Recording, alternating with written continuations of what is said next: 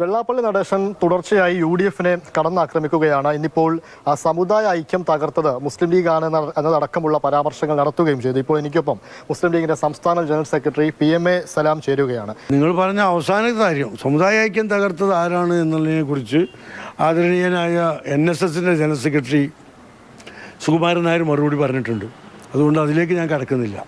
വെള്ളാപ്പള്ളിയുടെ ഇതുപോലുള്ള പ്രകോപനപരമായ ജൽപ്പനങ്ങൾക്ക് മറുപടി പറയേണ്ടതില്ല, അതിന് മറുപടി അർഹിക്കുന്നില്ല എന്നതാണ് മുസ്ലിം ലീഗ് പാർട്ടിയുടെ തീരുമാനം. തുടർച്ചയായിട്ട് വെള്ളാപ്പള്ളി ഇതേ സാധനം തന്നെ ഉന്നയിച്ചുകൊണ്ടിരിക്കുമ്പോൾ ലീഗ് എന്തുകൊണ്ടാണ് മറുപടി പറയാത്തത് എന്നൊരു സാധനം ജനങ്ങൾക്കിടയിൽ ഉണ്ടാകുന്നത്? അല്ല, ഞങ്ങളെ സംബന്ധിച്ചിടത്തോളം സാമുദായിക സൗഹാർദ്ദവും സമാധാനവും തകർക്കുന്ന ഒരു നിലപാടിലേക്കും പോകരുത് എന്ന് മുസ്ലിം ലീഗിൻ്റെ പ്രഖ്യാപിത നിലപാടാണ്.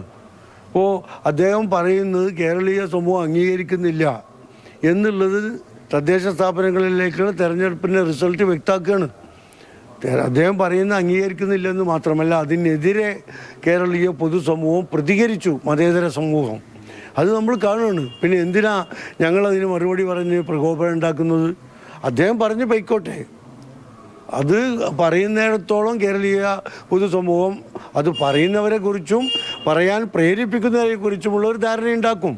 വെള്ളാപ്പള്ളി CPM-നെ പ്രശംസിക്കുന്നത് നമ്മൾ കണ്ടിട്ടുണ്ട്. അപ്പോൾ CPM ആണോ ഇങ്ങനെയൊക്കെ പറയാനുള്ളൊരു പ്രേരണ കൊടുക്കുന്നത് എന്ന് ലീഗിന് വിമർശനമാണ്. അല്ല, വെള്ളാപ്പള്ളി CPM-നെ പ്രശംസിക്കുകയല്ലോ, CPM വെള്ളാപ്പള്ളിയെ പ്രശംസിക്കുകയല്ലേ.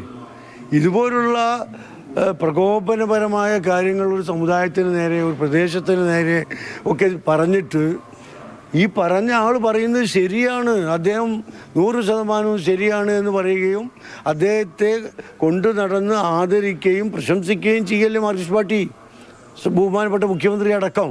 അതുകൊണ്ട് ഇത് ചെയ്യിക്കുന്നത് അവരാണെന്നും അവരുടെ രാഷ്ട്രീയ ആവശ്യത്തിന് വേണ്ടി ഇദ്ദേഹത്തെ ഉപയോഗപ്പെടുത്തുകയാണെന്നും ആരെങ്കിലും പറഞ്ഞാൽ അത് നിഷേധിക്കാൻ പറ്റുമോ? മുഖ്യമന്ത്രി ഇതിനൊരു തീരുമാനം ഉണ്ടാക്കണം. ഇങ്ങനെ വെള്ളാപ്പള്ളി ഇങ്ങനെ പറയുന്നതിനെതിരെ സമസ്ത കാന്തപുരം വിഭാഗം രംഗത്ത് വന്നിരുന്നു. ഇതൊക്കെ കാന്തപുരം സമസ്തയ്ക്ക് ലീഗുമായിട്ട് അടുക്കാനുള്ള ഒരു വഴി ഒരുക്കിയിട്ടുണ്ട്.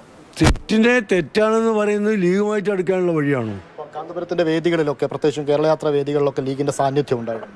അത് തീർച്ചയായും മുസ്ലിം ലീഗിനെ സംബന്ധിച്ചിടത്തോളം എല്ലാ മതസംഘടനകളും അകൽച്ചയിലല്ലല്ലോ.